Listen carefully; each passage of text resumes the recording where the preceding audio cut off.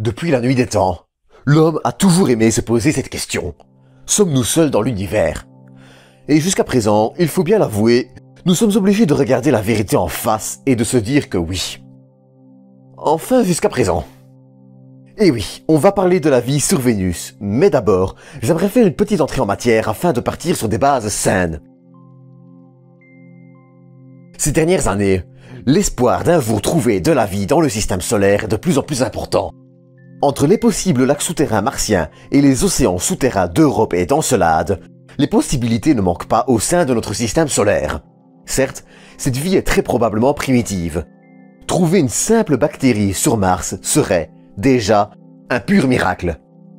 Car si cette forme de vie n'a pas été apportée par un rover ou par un autre enfant humain, et ne vient donc pas d'une contamination, cela peut, alors, signifier différentes choses. Premièrement, que la vie peut se trouver dans des environnements radicalement différents de ceux que nous connaissons sur Terre, et qu'elle n'a pas obligatoirement besoin des conditions de notre planète bleue pour apparaître et ou survivre. Et oui, j'ai bien dit et ou. Car il existe une théorie qui part du principe que la vie peut se transmettre de planète en planète. Par exemple, un impact sur Terre va arracher des fragments de sa surface et, sur ce fragment, par miracle, quelques organismes survivent à la chaleur et à l'onde de choc. Ils vont, ensuite, voyager pendant de nombreuses années dans l'espace avant d'entrer dans l'atmosphère d'une planète et d'y reprospérer. Si ce scénario semble, il faut l'avouer, peu probable, il est intéressant, je crois, de se rappeler que la vie sur Terre a plus de 3 milliards d'années, et que de nombreux organismes, comme les tardigrades, peuvent hiberner à un long moment dans des conditions semblables au vide spatial en résistant aux radiations. Dès lors, même si cela reste peu probable, il faut l'avouer, ce n'est pas à 100% impossible. Malheureusement, cette théorie reste une théorie, et la seule solution pour la vérifier est de trouver de la vie ailleurs.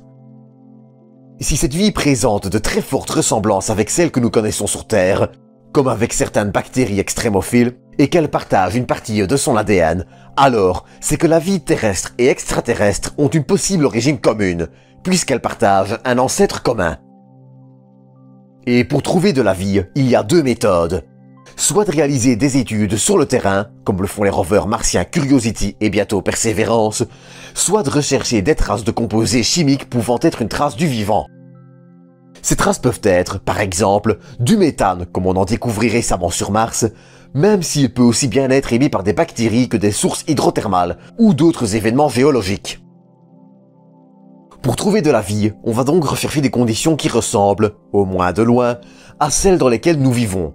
Et quand je dis nous, je parle de toute forme de vie sur Terre.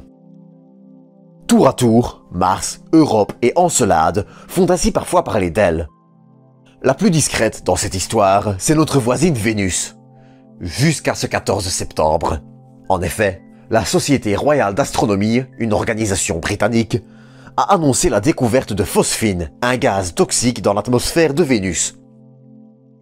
Ce n'est pas une grande surprise, vous allez me dire, mais justement, il n'existe à ce jour aucun phénomène connu pour expliquer son apparition naturelle. Il est en effet considéré comme l'un des meilleurs indicateurs d'une possible forme de vie. Et justement, si les conditions à la surface de Vénus sont totalement invivables, entre les pluies d'acide sulfurique et la température de plusieurs centaines de degrés, les choses changent rapidement une fois à une cinquantaine de kilomètres d'altitude. C'est donc dans cette zone qu'on s'attend le plus à trouver une possible forme de vie. Et c'est donc là qu'il faut éventuellement rechercher certaines signatures. Et justement, dans ce cas-ci, les quantités observées sont suffisamment importantes pour permettre d'affirmer que la présence de phosphine n'est pas un hasard.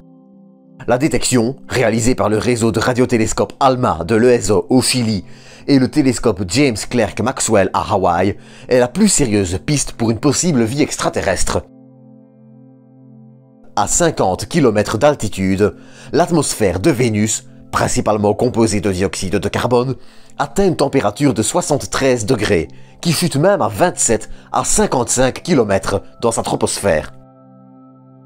Si cette annonce reste à prendre avec précaution, on n'est jamais à l'abri d'une surprise, une chose est certaine.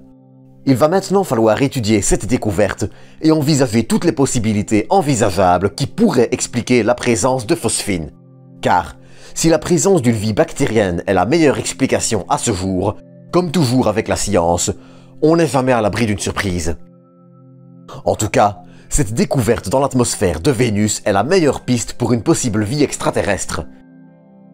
La meilleure solution pour vérifier cela serait, évidemment, une mission qui étudierait notre voisine sur le terrain, et c'est justement ce qu'a annoncé fin août le PDG de Rocket Lab, qui désire lancer une mission vers l'atmosphère de Vénus d'ici fin 2023.